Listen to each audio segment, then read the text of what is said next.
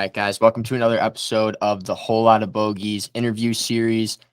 We have a special guest on today, certain aspect of the golf industry that we haven't really hit on yet. It's going to be a ball marker specific brand. That's how they got their start, what they started doing. We have the owner of the company, Dane Delgado, here today, and that company is going to be Matchstick Golf. So yeah, super excited for this one, for sure. So Dane, I don't know if you want to introduce yourself to the people and say a little bit about the company, and let's start with how you guys got started. Yeah, so I'm Dane Delgado. Thanks for having me on, guys. I really appreciate it. The company really got started in really the summer of 2019. I was playing around at my home course called Glendevere here in Portland, Northeast Portland. And I had this ball marker from Jones, the bag company, which is also here in town. And it was great. It was about 1.25 inches. It was a shuttlecock, from badminton, which also is called birdie, which I think is like a cool little thing. But it was the right finish for me. Had high polished back, had a stamped Jones logo in the back of it. It wasn't super thick. There was like this whole thing the last couple of years of these super thick ball markers, which I think kind of looked sort of silly in my, at that time, my consumer opinion. And I was walking off 17. Agreed. And 17 at Glendevere is like this. Yeah, they're just too big, But 17 at Glendevere is this sloping front to back. It's a par 4 guarded by a bunker on the right, and the pin is usually to the right. And so it slides a lot, and I probably, I think I missed my bogey putt and put in for double and was upset because I was having a good round, and just didn't put it in my pocket. And I didn't carry a hat clip at that time, and it just fell out. Right. So I call back to the guys at the clubhouse, and they know who I am. It's like, hey man, like, did anybody turn this ball marker in? It's super dope. They don't sell it anymore. I really want it back. And no. 3 days go by, and I'm like, shit. So I shop around that whole summer for another ball marker, and I'm getting them. I got a Tyson Lamb one secondhand off of eBay, the pizza one, which is really big, but it was like $100, which for Tyson Lamb is really cheap. But I was just terrified I'm going to lose the whole time. It's going to fall in my pocket. Luckily, I walk. So I'm rarely at the thing where if you're sitting in a cart, you're more ample to lose a ball marker out of your pocket because you just put it in the position. But I was just like, I can't afford to lose a ball marker, man. I got to sell it and find something else. So I did. And so I'm ordering them from companies that are now, I don't know what to call them, competitors, because they're like, the golf space needs more companies, not less. A rising tide floats, right, absolutely, lifts all boats. Sure. So, but other similar style ball markers, a little bit thinner, enamel paint, that kind of stuff, and they just kept coming, and a lot of them were expensive, like really expensive. We're talking $50, $60, and they'd come, and they just come in these little, plastic bags. They just threw them in a brown mailer, not really like a presentation factor for your order. Sometimes the paint was really bad or the finish was really bad. And a lot of times they'd have like a maker's mark in the back of them that was metal glommed on top of it and then pressed into that. So the ball marker doesn't sit flat. And so the classic, how you business story was really, well, what if I just made my own? How hard could it be? That kind of thing. And so I started, researching, it's like starting a podcast or anything else, So I started researching how to make them, and started drawing a bunch, had a bunch of ideas. And that basically was about, that was like the winter. We're talking like January, February of 2020, this is summer of 2020, and then winter of 2021. And so I started drawing them and getting samples made and stuff, and basically determined, like, all right, I'm going to do this. And so fast forward, we have a great name, Matchstick, that I came up with. And, because I think, like the flag stick is the stick of, if you're playing a match, you're going for the flag stick, like if you look at our original design, like it's a matchstick with a golf flag on it. Like a play on words almost. Definitely. Yeah, it's supposed to be a play on words. It's kind of this, kind of trying to be in that same thing of like, okay, this is a little more clever than just having like something that's like a screenshot of Happy Gilmore on my ball markers, something a little more interesting. Right. Sure. And so, and it, I also feel like, smoking, we think traditionally like cigar smoking, but there's lots of other kinds of smoking on a golf course these days, so like matches are a part of that. 100%. So, and ball markers fit perfectly in matchboxes. So that's my packaging. they're real matchboxes. Super creative too. Yeah. Yeah, thank you. I did. If you ordered from me the first month, you got real matches in your matchboxes until I learned that you're not allowed to do that. Oh wow, I didn't even know that. I thought that would I wouldn't have guessed that either. Yeah. Government will get mad at you. It's great, right? And the match, they can only struck on a striker, right? But they're still technically hazmat. And in fact, the striker itself is also hazmat. So so they were shipped with matches in them originally. Now they come in the same match box. There's a fake striker on it. Same, I just put a bunch of color down the side that the striker is on. And then if you open the matchbox itself, on the bottom of the card that comes out is a photo. I took a photo in a light box of the matches that used to be in there, and it's printed on there. So you still have the whole thing of like you open it, it looks like matches. So Nice. And sort of the end to that story, even though our story is kind of beginning, is I was really surprised. About 2 or 3 weeks into Matchstick existing, I get an email. I don't look at it for probably like a couple days, because it's coming in through the contact form, and of course it's a new website, so I'm getting a lot of spam ones. I finally take a look at it, and it's Chris Carnahan from Jones Sports, who's a COO, Chief Creative Officer, founder, partner, along with Matt Lemon. And he was like, "Hey, I saw your company. I want you to come down and have a conversation with me." And so that's kind of led into, probably flash forward about 7 or 8 months. And now if you can buy that birdie marker from Jones again, but it's manufactured by me. And it comes in my packaging. And now Jones and I have like a really good relationship. I kind of consider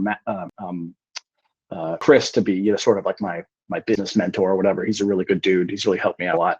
And that's kind of the fun part, is like I get to make like the favorite marker, the one that Lotta and I lost and started the whole thing. So that's kind of our little story. Yeah. Wow, that's awesome. like full circle. I was gonna say come full circle. And like I feel like just kind of you touched on like the whole matchstick thing, like everything in your brand kind of ties together, you know what I mean? With the, I don't know, I just wanted to touch on that, like with the logo and like you said, the match and the stick and the smoking on the course, everything kind of, all the details tie together. I love it. Definitely love it. Yeah, thank you. Yeah, and the big thing too is that like it wasn't just the tenets of Matchstick are really about those things that I couldn't find. So when you get when you order direct from us, you get even though it seems like not that big a deal, it's like you're spending $20 on a ball marker. All minute you could use a quarter, you could, but we're in an era where you want to customize every single thing in your bag. And Right. so why not? And to me, somebody told me this sounds like a sales pitch, but it's not, because it's true. I feel like if I put down something cool right before I putt, what if I have another 3% chance of being like this boosting me, like, yeah, this ball marker's dope. Like it's gonna go in this time, right? What if it changes it, over the course of a season? I don't know. Like putters make millions of good. dollars based on how the top of the putter looks and how much confidence you have looking down at it. 100% Totally. can a ball marker play into that confidence. I mean, half of the thing I think that sells every aspect of golf gear is how good do you feel with that pulling up to the course. I mean, speaking on Jones, they're making some of the coolest bags and other accessories like that in the game right now. And I mean, pulling up with a Jones bag and a Matchstick ball marker assortment in your pocket is never going to make you feel worse. Never going to make you think you're not going to make that putt or not bomb that drive walking off the first tee box.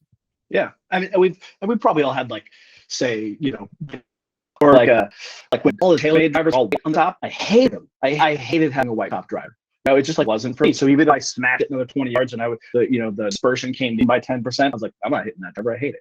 So like it really matters. And it's funny because in my business plan when I went to go write that out for Matchstick, it was ironic Jones reached out to me because essentially like it's written in there.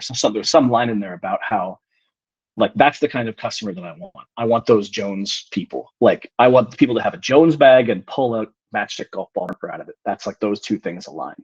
So and that's part of this whole thing that I was talking about, where it's like, if you buy from us, you get a custom mailer that says Matchstick on it. And then if you open it, you get our marker. It's inside of a matchbox. It's sealed in cellophane, right, wrapped up. And then on the back of it, there's a scale size sticker of what's in the actual box. So, and a cool organic thing that started happening like the first month that people started, I thought they were just going to rip that open, right? It's packaging, but you get this whole like unboxing thing. And in that mailer is also like a little business card where I write thank you on it, and then you get a couple stickers, right? So you get kind of like this whole experience when you get to go. Like that's why you spent $20 on it. But then a cool organic thing that happened was people, instead of just ripping open that package, they like carefully peel off this sticker, and they're sending me photos like, it's on my water bottle, it's on my push card. And it's like, okay, how cool is that? That's 100%. Exactly. 100%. I want to hit on too while we're talking about what's like kind of like the coming of with Matchstick and everything. Switching from your original logo, I want to say maybe like a month and a half, 2 months ago. I remember when you posted the pictures of everything, I slid up on it right away and was like, dude, I love it. Like it looks awesome. Like I thought it was great before by all means, but seeing like it's kind of like I don't know how to explain it. Like the opposite of like if something's not broken, don't fix it. Like your logo wasn't broken, but you still made it better. Right. And it's cool to see like just like that you're always kind of constantly thinking about what's the next step and like making something better. You know what I mean? Like some people might have just been like, oh yeah, the logo's working. We don't got to worry about that. But it was cool. Yeah. Yeah. It Thank shows you. even down I really appreciate packaging that. too. Yeah, exactly. Yeah, we changed all the packaging too. We changed all the packaging. I have too many bubble mailers just to throw them away. I have so many, so those will still probably run out for another year. But I hit up. So I was able to go down for if you guys know Calamari Airlines, that's a tea company. Those are some good buddies that are here in town. They host something called the Mari Invitational. This last year in March, it was down at Goat Hill in Oceanside. So I was able to meet, like people like you guys, like, people I know from the internet, right? Yeah. And so I got to meet Max Machado, who's also known as Young Dirty. He is the best golf graphic designer on the planet, hands down. There's not a question. So I got to meet him and hang out with him. We were always like, buds on the internet. We clicked anyways. And then so I had reached out to him and said, we had done a collaboration probably like a month before this, where we did 3 of his characters that I loved, that either his main character, his little demon dude, or characters that he had done for other people and had never gone, the customer didn't want it or whatever. And so we turned those into ball markers. And then I was like, hey man, like I designed my original graphic design, but I'm an artist who could draw. That's much different from being a graphic designer. When it comes to branding, those are 2 very separate skills. And so I could sort of like got as good as I could get, but he's like a master of his craft. And I said, hey man, like, could we do something? Like, are you, I know you're so busy because we've talked, and we did a blog post with him. I interviewed him for like an hour. I know you're so busy, but like, do you have time maybe to like redo Matchstick's brand identity? And he goes, yeah, that'd be great. So he redid it. And then of course, like a week later, he closed his commissions for the year. So I got in right under the wire, but I think, we're buds and stuff. And he runs Fringe Magazine, and Matchstick advertises in that, but God, they just came out so good. Like honestly, my favorite thing is the thing that's in the back of the boxes now. It's because it says designed in Portland, Oregon on it. And he put a hand, and then the pen in the hand drawing drawing the art is a Matchstick. And I'm just like, this is what a genius. Like I can't talk about that guy enough. Yeah, exactly. It's great. So thank you. But I mean, the detail kind of speaks to Matchstick down to a T. I mean, like if you think about even one of your designs, that's, I know one of our favorites, the Game Boy design that you did, that the detail involved in that ball marker is ridiculous. And yeah, I mean, it just goes to show that you guys aren't leaving out the little things. Like it would have been easy to just make a Game Boy shaped one with just like the little dots on it. Like you've probably seen a million times somebody else done one way or another, one product or another. And yours is, you can tell you did it, and it's great. It's super cool. Yeah, I think I read somewhere that you said like you don't put anything out that you have to love it first and then you put it out. You know what I mean? And I think that a lot of your customers and we appreciate that too. I think everybody appreciates that. Sure. Yeah, good. I think that's the thing. And the Golf Boy one was a collaboration with this guy, 8-Bit Birdies. He likes to keep his name on the DL, but go check it out. 8-Bit Birdie is his account. And he does all this like retro gaming golf themed stuff. And he's like really taken off. Like I was one of his like first 100 followers or something. This is like 2 years ago. Now he has more followers than Matchstick. Like, and of course he's taken off. I have art of his in my house, and I finally reached out. I was like, hey man, like, we got to do something together. So we get a pack. And I knew as soon as he designed the Golf Boy one, I was like, yeah, well, I'm 34 years old. So I got a Game Boy Color when I was 10 years old in 1998, right when it came out. Like, that's exactly what I want. And I knew it was going to be the hottest selling one, and it's dope. And he said, well, how do you want me to design it? And so when I'm starting doing collaborations with these artists, I say, design it as detailed as you want, and then I will take out stuff that doesn't work for, when we put it in metal. Because there's a lot you can do with this metal. Like the minimum thicknesses are so small, and it's really about shapes and all this other stuff that has come to me over time. But it's the same thing with Drew Rhineland of Muni Kids, the head cover company. He and I have done a pack where it's the Cave of Wonders pack. So it's based off of stuff from the classic Tale of Aladdin.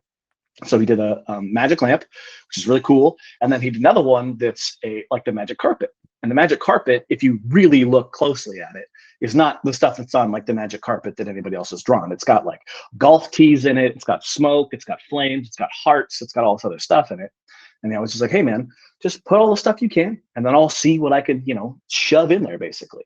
And that way, when you hold it up next to some of these other markers from, you go into Amazon and type in, again, Happy Gilmore golf ball marker. It's like, well, put that up against the magic carpet one and tell me which one is cooler.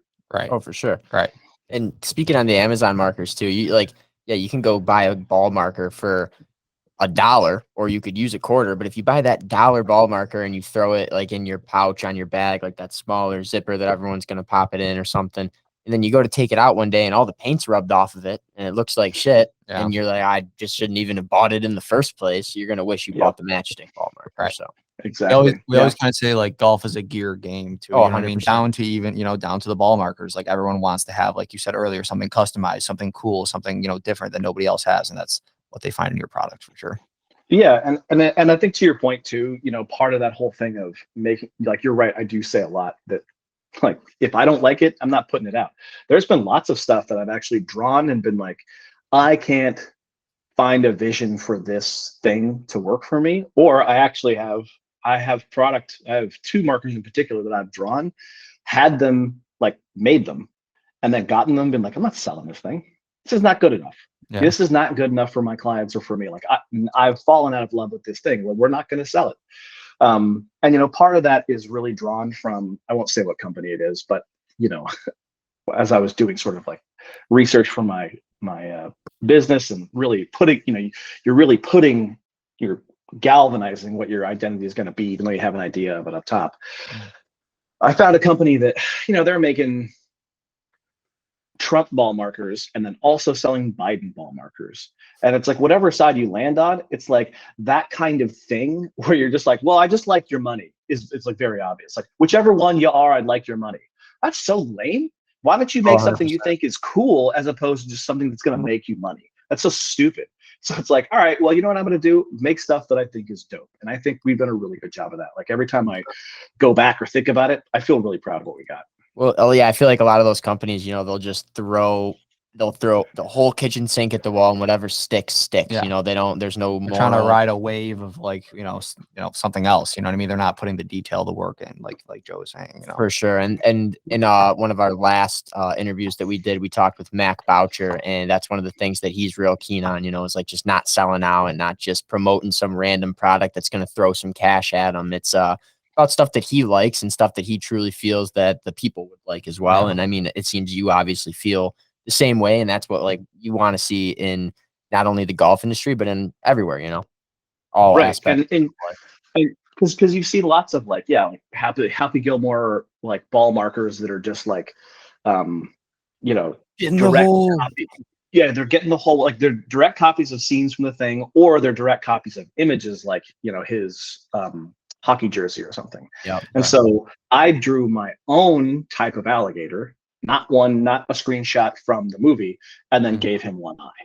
So it's like, it is a Happy Gilmore golf ball marker, but honestly, that one just sold in Florida because of Florida Gators fans. You know what I mean? Like, it sold for 2 reasons, because it also has, oh yeah, that is from that thing. But it's not just like, oh, I'm copying IP. That's like not mine. And I'm like, Matchstick has not gotten a cease and desist yet, and we're trying to duck everyone we can, like. Yeah. What's just odd question for you, but what's a ball marker that you might have made and you liked it, but you didn't think it was going to sell as well as it did per se, and then it kind of might have just blown your expectations out of the water? Ooh, that's a really good question. I would actually say that has happened. Well, that's happened less as I have an idea of what's going to like come up. But I would say Yeah. the one that and usually honestly, and I think it's because we're so small. And you know, we're so new. Like we just finished our first full calendar year.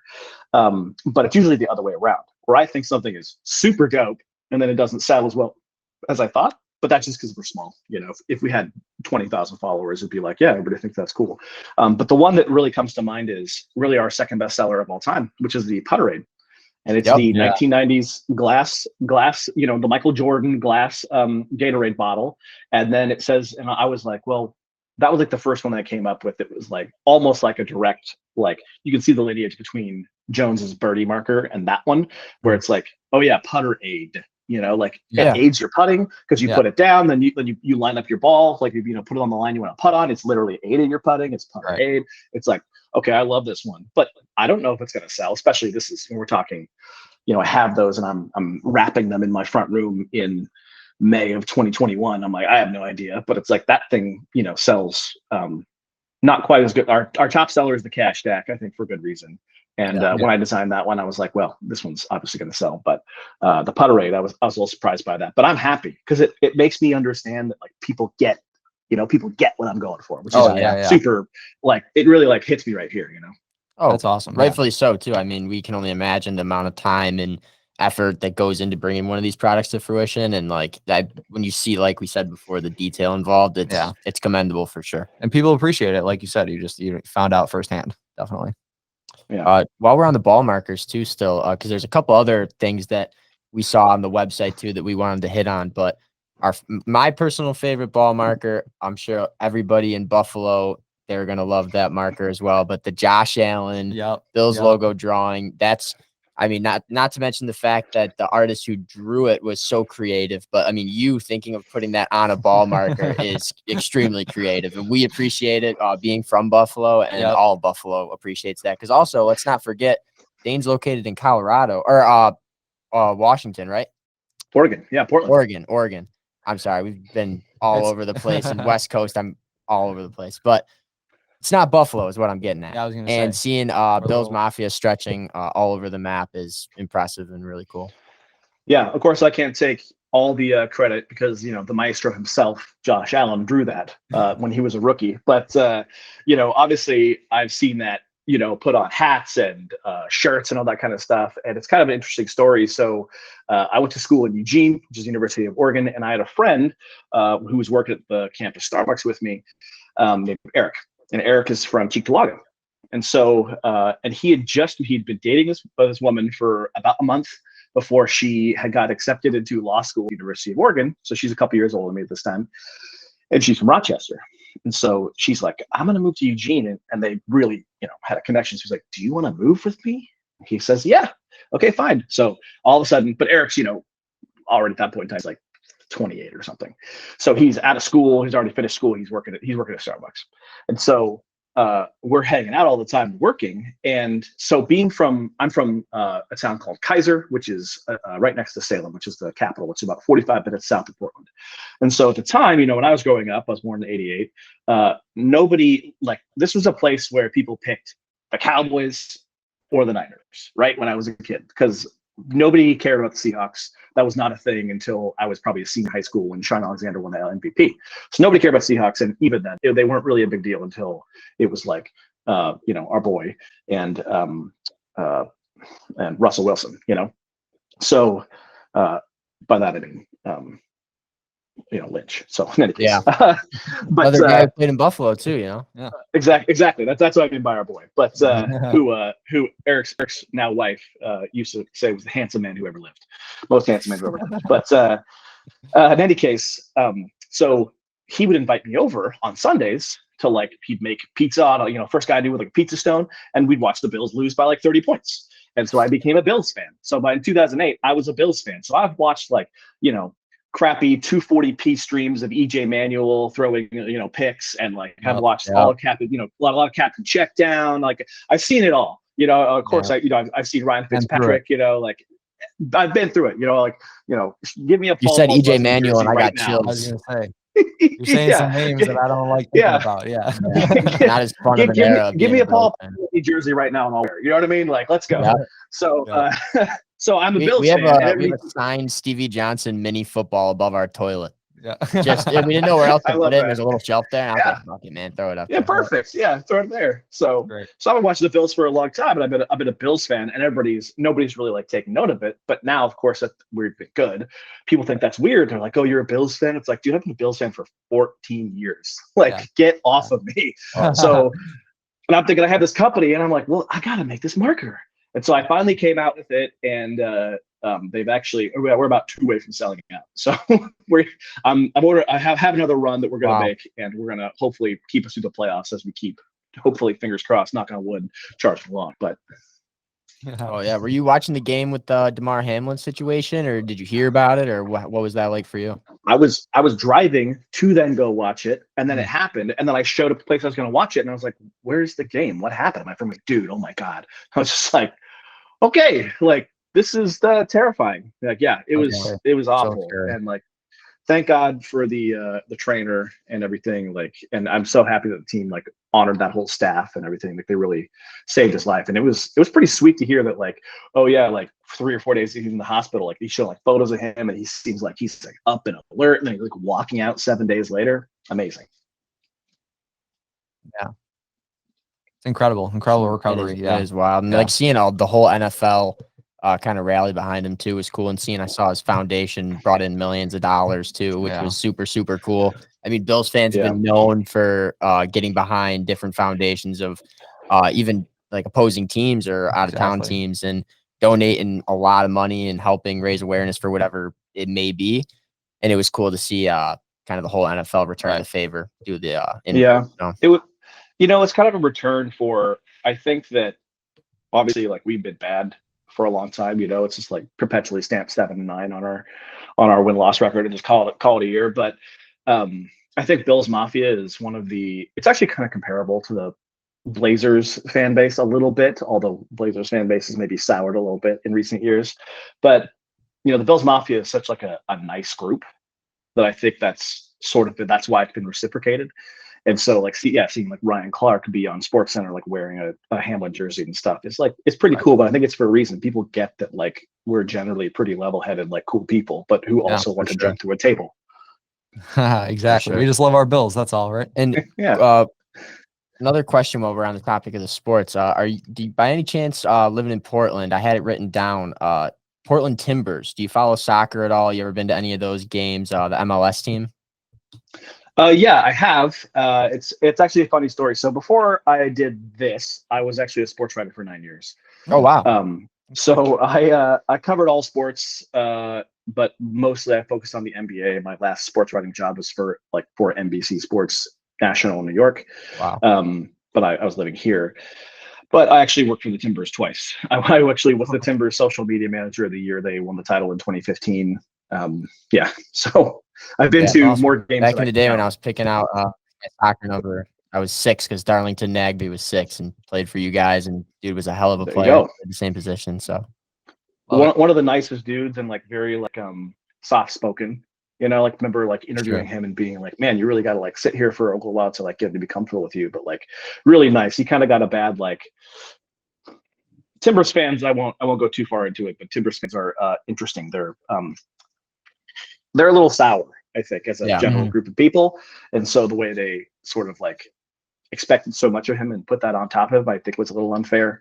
But I'm glad that he, got to go to Atlanta and do his thing. And I think he won a ring there too, right? So yeah, I believe so. I was going to say he had a run with the U.S. men's national team as well and did play for a little bit too. So definitely did some cool stuff. Hell yeah. But while we're also on the topic of product as well, the Bridgestone golf ball stamped with the Matchstick logo. Seeing somebody do Bridgestone, like it just was kind of like a round of applause type of moment. We were saying, because it's like everybody either does a Pro V or the cheapest ball in the world that you would never play. Right. And seeing somebody do like something that, like, if I had to guess, you probably play the Bridgestone ball. Absolutely. Exactly. I You wouldn't put it on unless you liked it. So that's like yeah. Like being the consumer, you can kind of go to the Matchstick website and know like, oh, okay, at least Dane's fucking with the Bridgestone ball right now. The Right. Jones bag, probably got the shoes up in the Matchstick Jones shoe bag. Like there was a bunch of cool stuff on there, and it was obviously not loaded out with random bullshit product. Honestly, it was obviously all stuff that you could tell you fucked with, and Yeah. especially thought obviously like outside of like the ball markers that you're creating. I'm saying like the Right. collab products and Yeah. all that. Yeah. Yeah. Thank you. That's a very cool thing to bring up, because I think it's like, again, you guys are kind of hitting me right here, right now, because it's like to be able to notice that is like, okay, people get it, which is really cool, because you know, I did a ball testing probably 3 years ago or something of myself. Didn't test them like with a you know, I have a friend who works at Club Champion, and we didn't do it there. We did it. I did it, you know, sort of like less scientific, but like on a course. And so I tried out all the premium balls, and I was like, you know, I just love having a soft feel, but having, you know, more spin to it. And the Bridgestone ball is just like, I play the RXS now, and it's just like, I love that ball. Love it. I don't know if I will ever change unless they really mess it up. You know, like like Bridgestone has like changed some of their stuff. Like they made the E12 soft for a while or something, and now they make the E12 contact instead, and I hate that ball. It feels terrible, you know, but it's like, but that replaced that in the line. So hopefully, you know, since this is essentially like the Tiger line, you know, I mean, I know his is the BXS, but still, if that's like the Tiger attached line, I hope they never change it, because I absolutely love it. And I was like, you know what? I want you guys to try this ball, because this is a piece of me. Like, you're just like me out there. And like, if you like this, like you're rocking just the way that I hit it down the fairway. So hopefully straighter. There you go. There you go. Yeah, and the other thing, just kind of like a fun question we had to ask you. You have the Jones Matchstick collab. It's the larger drawstring bag that can hold 6 dozen golf balls and 6 beers, as you mentioned, or 6 cold ones. Could be obviously be a non-alcoholic beverage if somebody wanted to do so. But what's 6 beers are you putting in there? What 6 drinks do you got in yours? Yep, that guy right there. Come on, that's sweet. For those of us who can't see, I just whipped out this thing. It's called the Ranger, I think. So I actually, ironically, being from Portland, don't really drink beer anymore. I have, unfortunately, in my old age, I have acid reflux. And so some things sort of get me. And so beer is one of those things where it's like, it just randomly gets me. But I will pack 6 claws in there, or however many fits in there as possible. So really a fan of the tea White Claws. Those ones are good for me. Yeah. I think that's like a perfect, like, you know, I don't know how it is for you guys, but here, like a lot of our courses, as our public courses, don't have like cart staff year round. They have it for like 8 weeks a year or something. So you really do have to bring your own, especially if like you're having a round where it's like, okay, we're hanging out today. You know, we're all gonna have 6 of these things. Yeah, like that's the one that I usually drink, and I don't care. You know, it's like, it's either that or, you know, I can't really make rum and cokes on the go. So I'm gonna be drinking some claws.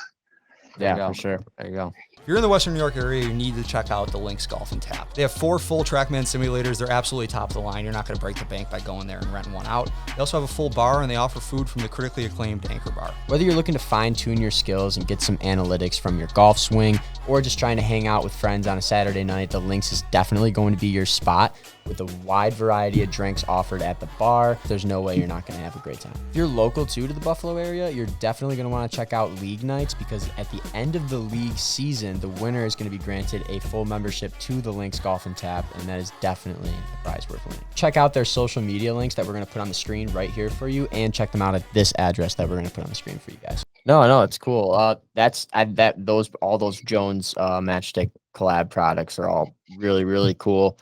And it's cool to know that like there's gonna be people out there who are like already in the market for a bag or something like that, and they were on there picking out a ball marker, and they're just gonna say, fuck it, double down and get the sweet Jones bag and get that Matchstick logo on there too, and it's cool. Yeah, it's pretty cool. It's like, you know, again, Jones has been so good to me, and you know, we will have more. Jones and I will have more stuff coming out together between us that'll probably be on their site later in the year.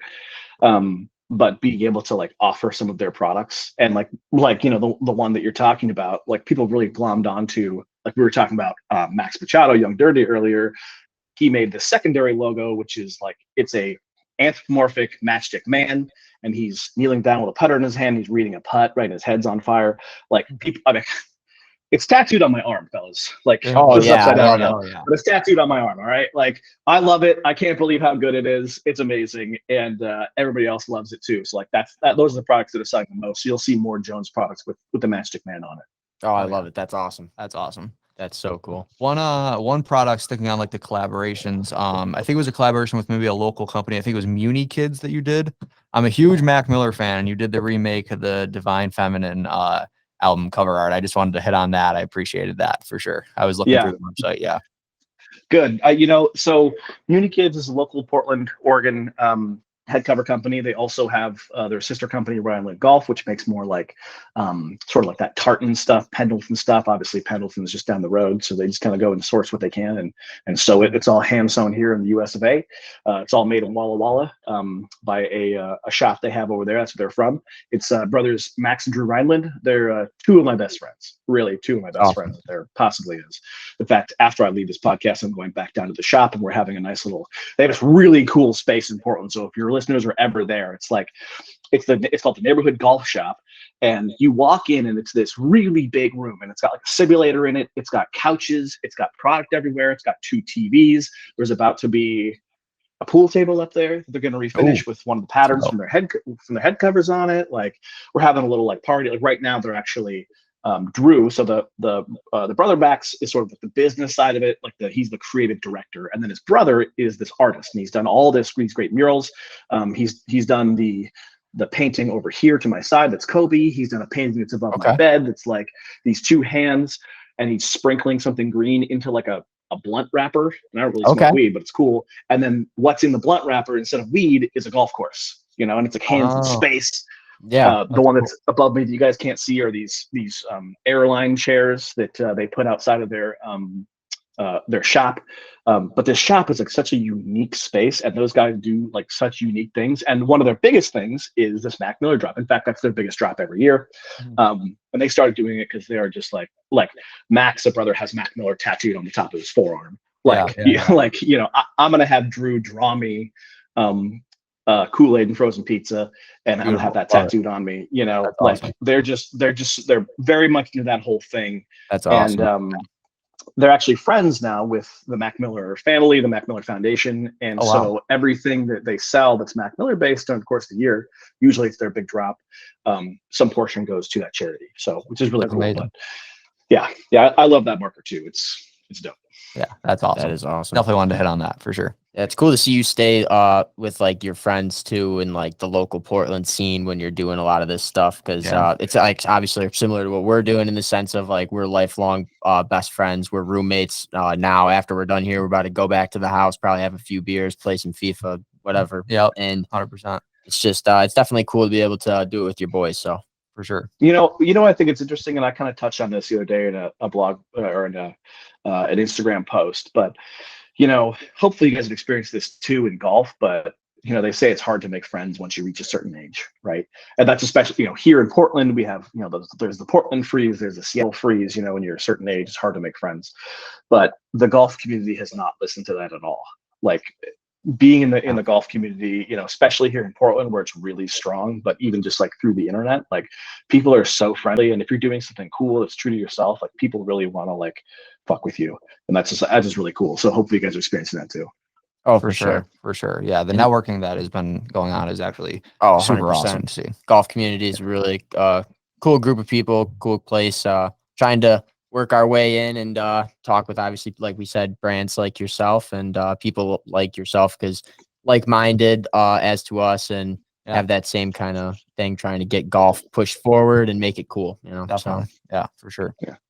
So while we're on the topic of the Portland golf scene, what is golf like in Portland for some of the viewers who are not from the West Coast or ever gone to like that Northwest area to play? Because I mean, I've seen pictures, and I'm sure you've obviously played a long list of some of these courses, but the backdrops, the views, I mean, it's got to be pretty cool.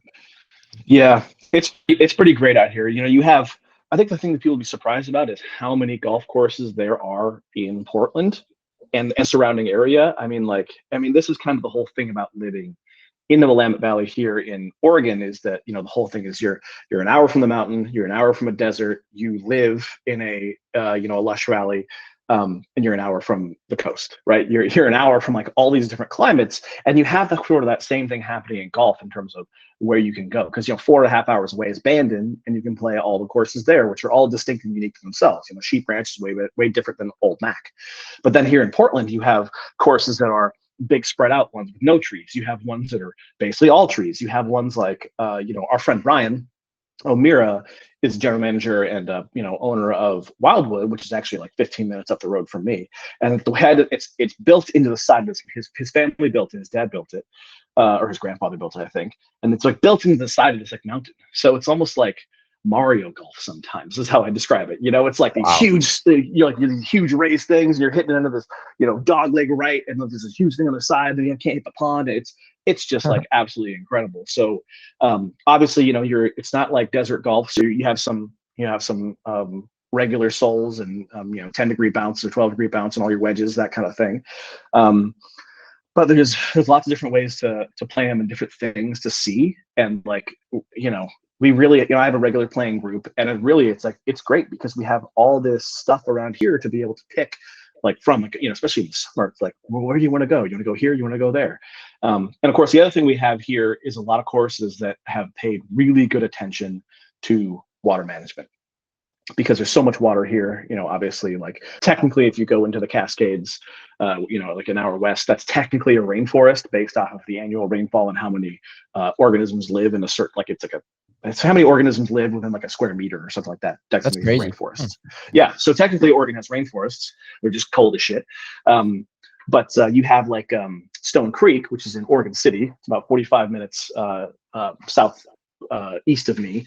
And that's a Peter Jacobson designed course, which is of course one of the best golfers to ever come to the state of Oregon. But if you want to play a course that drains well, Wildwood actually drains very well, but Stone Creek and this place called Langdon Farm, which is in Canby, it's about an hour away from me south. Those are the two best draining courses, or two of the best draining courses in the Pacific Northwest. It's just if you want to go and it's drizzling and it's 45 degrees outside, you'll be fine. You're gonna be fine. Yeah. There's no mud, there's no standing water. It's fine. You're great. That's really cool. Oh, that Wildwood course sounds pretty interesting. The way it's built into a mountain, impressive. And having the connection has to obviously be cool too, because you've probably gotten a lot of rounds on that, starting to know the course, and that's a big thing for a lot of golfers too. I feel like it doesn't get hit on enough that it might be beneficial to play that same course over and over again and know where you want to hit your shots. Going and seeing us, for example, over the past 3 years, we've probably played every course you can within about an hour and a half radius. But this upcoming season, we're looking into the membership aspect and trying to figure out one course and try to bring that score down and learn where we want to hit those shots and get more consistent in that aspect. But exactly, it's nicer. We want to be able to know the course, know every blade of grass, like you said. Or it's always nice when you play with someone like that, where you're at a course and the dude's played there 50 times this season, and he's like, "Oh, this hole you got to take it up to the left." Has all the lines. Yeah, exactly. Yeah, nice. and it's cool. To your point, it's cool to be able to be that guy at some point in time, right? Sure. Because so my home course is now, I'm really splitting them now that I've moved into an area of Portland called St. John's, the most northern neighborhood, but which is very close to Wildwood. But it's been Glendoveer, and Glendoveer has two courses, the east and west, and the east is the championship course, and the west is the one where, of course, I've had all of my scores under 80, because it's easy, right? It's pretty easy, even though there's some 17 and 18 have greens that are at a 30% slope, and you're like, well, what the hell is this? Low score is a low score. You got to give yourself credit where it's due. Low score, yeah. But Wildwood, I played league there this year, and I got to play it over and over and over and over again, and it was a scramble format. But that helped me to have rounds where it's I'm shooting 35 or 36 in the front, and it's but the fun thing about Wildwood is it's a more difficult course. So sometimes actually there was twice, not in a row, but twice that I had shot par on the front and finished with an 89. And I was like, holy shit. It just hits you on the back type of thing. Yeah, completely destroyed me. I was just I was this is a summer where I'm shooting all 80s, 81s, 82s. It's what is happening? I was pissed. What's the bag looking like right now? What do you got in the bag? Iron drivers, Ooh, yeah. all that type of thing. What are you gaming? Ooh, doggy. All right, so of course I have my own Jones bag with my Matchstick logo on it. It's the brand new Love it. Trooper R in that like heathered gray. Hell yeah. Rocking P790s 5-3 pitching wedge. Got fit into those last year by my buddy Chris over at Club Champion. Oh my God, it's just like, if you haven't, people say it all the time. I don't do. You guys have done it, but like when you go get fit, it's just like, oh my God, the difference is so stark. It's amazing. So we put KBSC taper lights in my because I'm kind of a low spin player. KBSC taper lights in all my irons. Absolutely love them. I rock a let's see here. I have a 7-wood. I rock a 7-wood. Oh hell yeah! With a Fukujira Ventus Red 7S. And my driver and my 7-wood are the same. They're both Cobra F9s, which I know it's not everybody's like sort of favorite brand or whatever, but it's just like it's so I love forgiving. the face on those. Doesn't that driver have like a super cool like kind of like a milled looking face almost? It's got a milled looking face and it has like a little infinity sign in it or whatever. Yeah, it's supposed to be kind I'm of like a the fan of that tailor-made driver Swiss face for sure. thing. Yeah. Yeah. It's a great driver. I've used Cobras for a long time just because they're so like forgiving. Yeah, and I think the mill, very good. that center mill mark, has a lot of like functional purpose too, even in the sense of it gives you a different feel that you can kind of be looking for in your swing. And I'm a fan of that club for sure. Yeah. It's actually interesting because I was down at Club Champion yesterday talking to Chris, and I was looking at the new, was it called the Aerojet or something, the new Cobra one, and I'm noticing red, white, and blue. Yeah, I was looking at it. It's very strange because they're putting the sweet spot closer and closer on the inside of these faces. They're not in the center anymore. And I was like, is that to stop? Is that to have people aiming for that point so they stop slicing it? He's like, absolutely. And I was like, well, that's not my problem, the hooker. So, but very kind of weird. So in any case, that's my driver. God, the shaft in that actually, this is so funny. So Drew Rhineland, again from Unit Kids, him and his brother are both. So Drew's still a PGA pro. Max went to Washington State. Played D1 golf. They're both golf coaches at Lewis and Clarkson Community College. They've both done, won tournaments. Max was, doing sort of mini tours in South America and stuff. They're both, scratch or better golfers, or at some point in time, plus golfers. Sure. Yeah, golf studs, absolutely. And so Drew, I was like, Drew's my swing coach. And he's like, at this point in time, your shaft doesn't quite fit you. And so he just whipped one out of one of the, a million clubs in this this clubhouse they have. He just whipped one out and like fit me to it. And it was like, oh my God, like this is amazing. So I got a new shaft in the driver for this year, and I'm really excited about it. I got Cleveland CBX wedges, but the reason I was at Club Champion yesterday is this is actually kind of fun because I'm gonna announce a new product on your podcast right now. Is that okay? Oh, let's go. Just for you guys, your listeners will be the first people to hear about this. So all right, we're excited. All right. So I ordered new wedges. So I'm getting SM9s in that like matte black color. And we're going to shoot a video because Matchstick is going to this year manufacture and sell ferrules. Wow. So I just don't think there's enough. It's the same, it's for the same reason. There's not enough companies that make them. And sometimes when you go to buy them from these other companies, it's like, well, the one you want is sold out because it was limited edition. And all you get to buy is like something that's black with red on it or black with white on it. And it's like, well, that kind of looks too much like the custom, like the one that comes on the thing. So it's like mine, there is one that has black on it, but all of them are either white base with color or colored. So it's like, and we're just basically hopefully going to keep them in stock and you can just always buy them. So when you see your buddy a year later and then you go to get your new clubs or change your shafts, like, well, I can get those too. And that's the whole thing. It's another part of the market that I think is being underserved. So ferrules. So we're shooting a video with my new wedges and putting them on all my P790s and stuff. Yeah, I'm super stoked. No, that's super awesome. Super excited for that. Holy shit. Yeah. I mean, one thing I think ferrules don't get enough credit in general. Just the fact that there's another aspect of customization for wedges, your irons. I mean, our buddy over at National Custom Works even has been known to throw ferrules on putters. I mean, there's like you can customize everything. And it's just cool to see that you obviously are getting into that space and giving us more confidence when looking down at the club and looking down at the ball. So Exactly. It's like, and honestly, it's like I almost have the opposite of that, because part of the reason I did this is I got fit for clubs in September of 21 and got the P790s, and the only ferrule sort of available that I could find that I liked was white, blue, and silver. And I was like, that's okay, you know, because like I rock Iomic sticky 2.3 grips, and like that kind of matched one of their colors they had. And then I get them made, and I look down at it, and I go, oh shit, these are my high school colors. I don't want my high school colors in my club. Like that's not who I am, you know. oh yeah, I agree. I was just like, there's nothing else I could have. So yeah, we're coming out with 5 colors. We have one that's like a zebra print. They're not wavy because you can't really do it that way unless you 3D print them.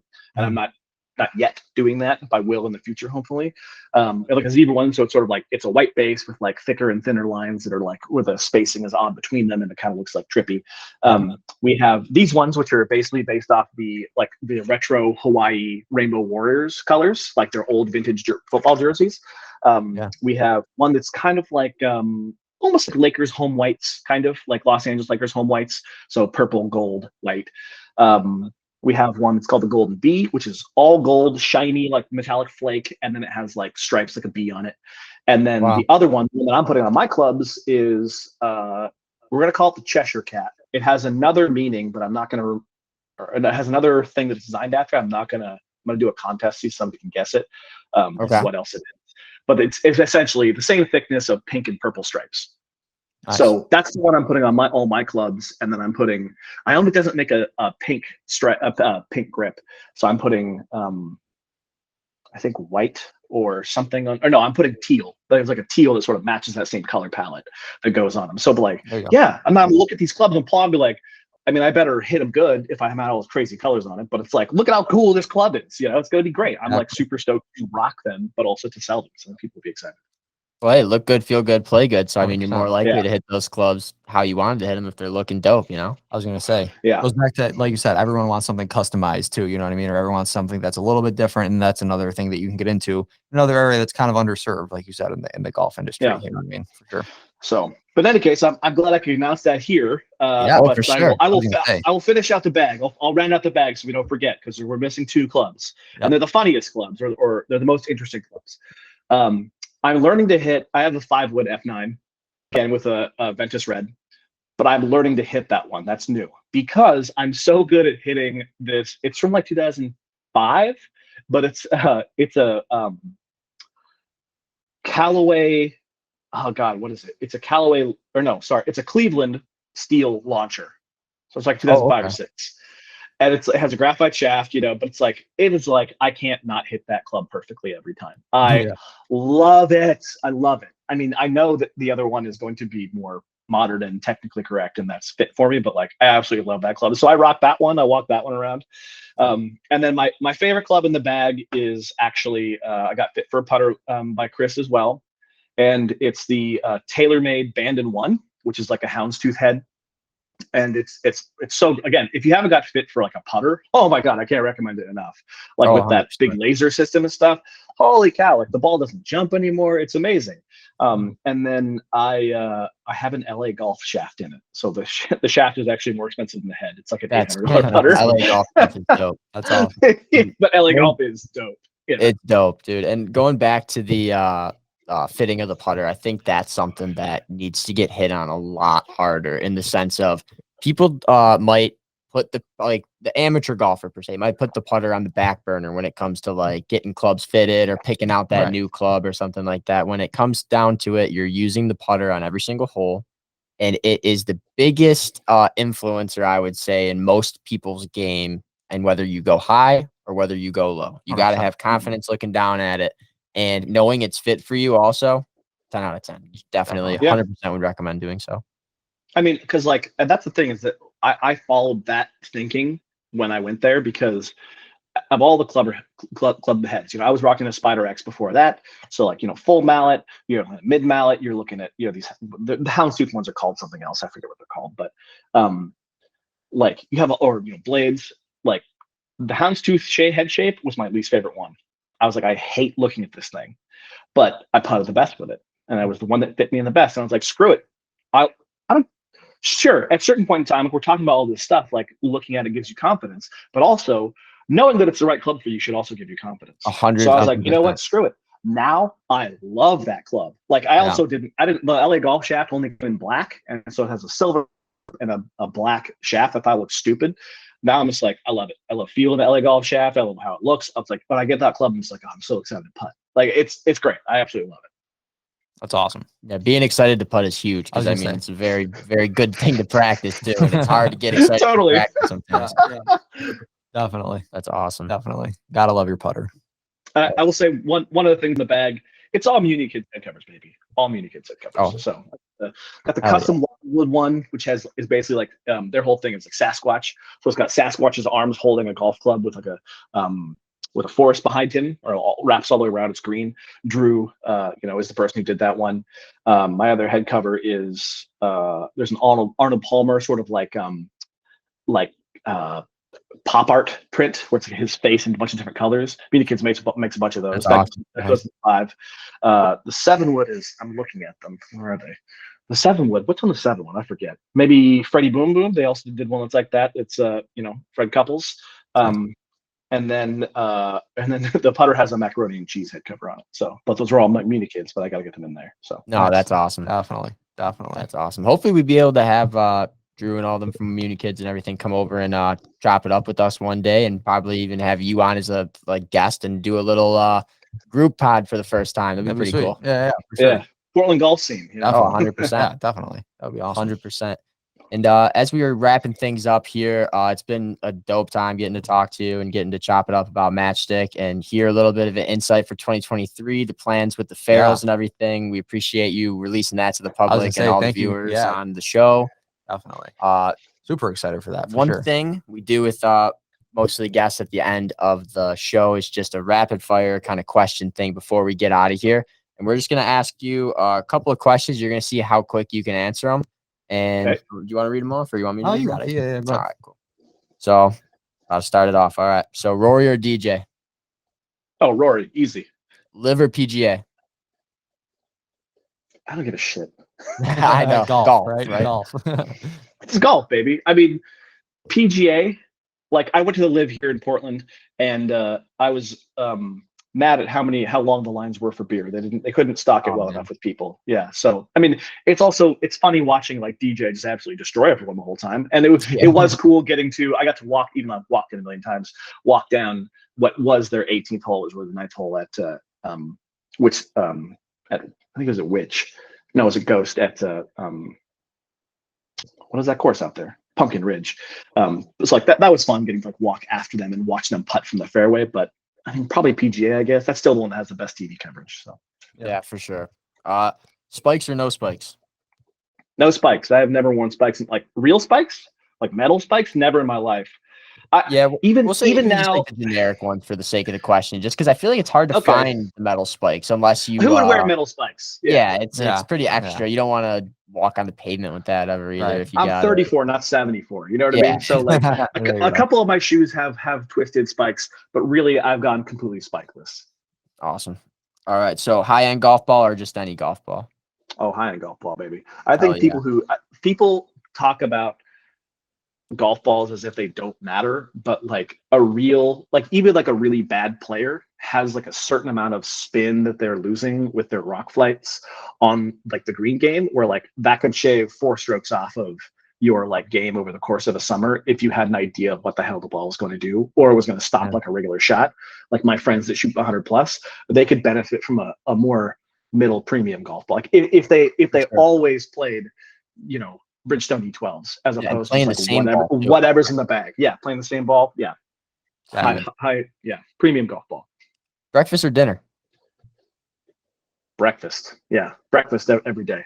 Unless I'm having waffles and sausage for dinner, then it's the same. There you go. A little Brenner action. Yeah, there you go. Yeah. Football or hockey? I mean, I never played hockey before in my life. Football. The answer is football, but I have watched a lot of hockey. I had a friend who was an Anaheim Ducks fan in college, and like watching playoff hockey is like, would you rather do cocaine or like watch one period of playoff hockey? You know what I mean? Like what's like it's so exciting. So yeah. 100%. Public or private courses? Public all day. Public. I don't give a shit about private courses. I mean, Oh yeah. it's fine to go there, but like, I played like at country clubs here where friends are members, and it's still like $100 to play as a member. And you're like, okay, well the stimp is 14.5, so I'm not making fucking any putt. I'm afraid if I can't smoke here, and like I golf in chains and a t-shirt, so I don't want to play in a private course anymore. I don't care about that. So too much to worry about. Yeah. Shorts or pants when you're playing? Shorts. I'm a husky boy. First of all, I'm usually hot, but also, like maybe pants serve a purpose to be able to like make sure that you're like, especially here, like we golf until November and start up again in February here in Oregon, but it's usually shorts. Got to be shorts. Yeah, for sure.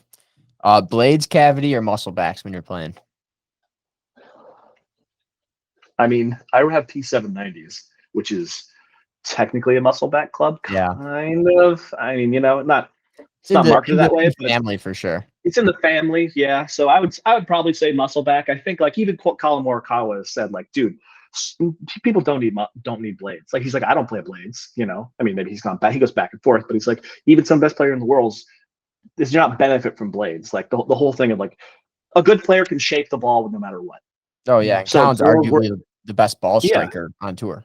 Yeah, exactly. So the more workability you have, it's like, but like, what if you don't hit it pure and you're not trying to shape it? So I'd say, somewhere in between once you get to be a good player. Yeah.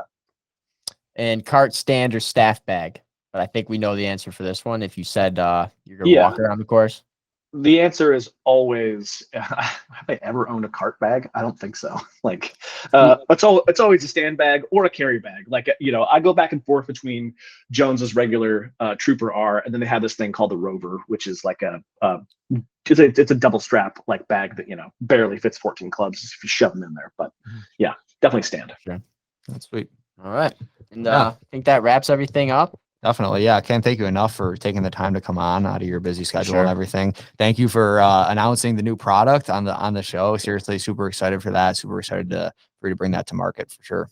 Yeah. Beautiful. Hey, thanks for having me on, guys. I really appreciate it. Good combo. And let's meet up for some golf. And when I come to meet my friends, they live in Buffalo. I'll hit you guys up. Oh, 100% for sure. We'll go out, grab some chicken wings. Definitely. Go to the baby. At that time. Yeah, 100%. I need some dinosaur sauce. Like I need to stock back up. Yeah, definitely. Yeah, All we'll right. do the. We should do the Portland golf scene pod too. With come out, dude. You and the boys. Oh, for yeah. 100%. Definitely. Yeah, I would love Sounds good. Yeah, like thanks, I said. fellas. Yeah, thank you for sure. 100%.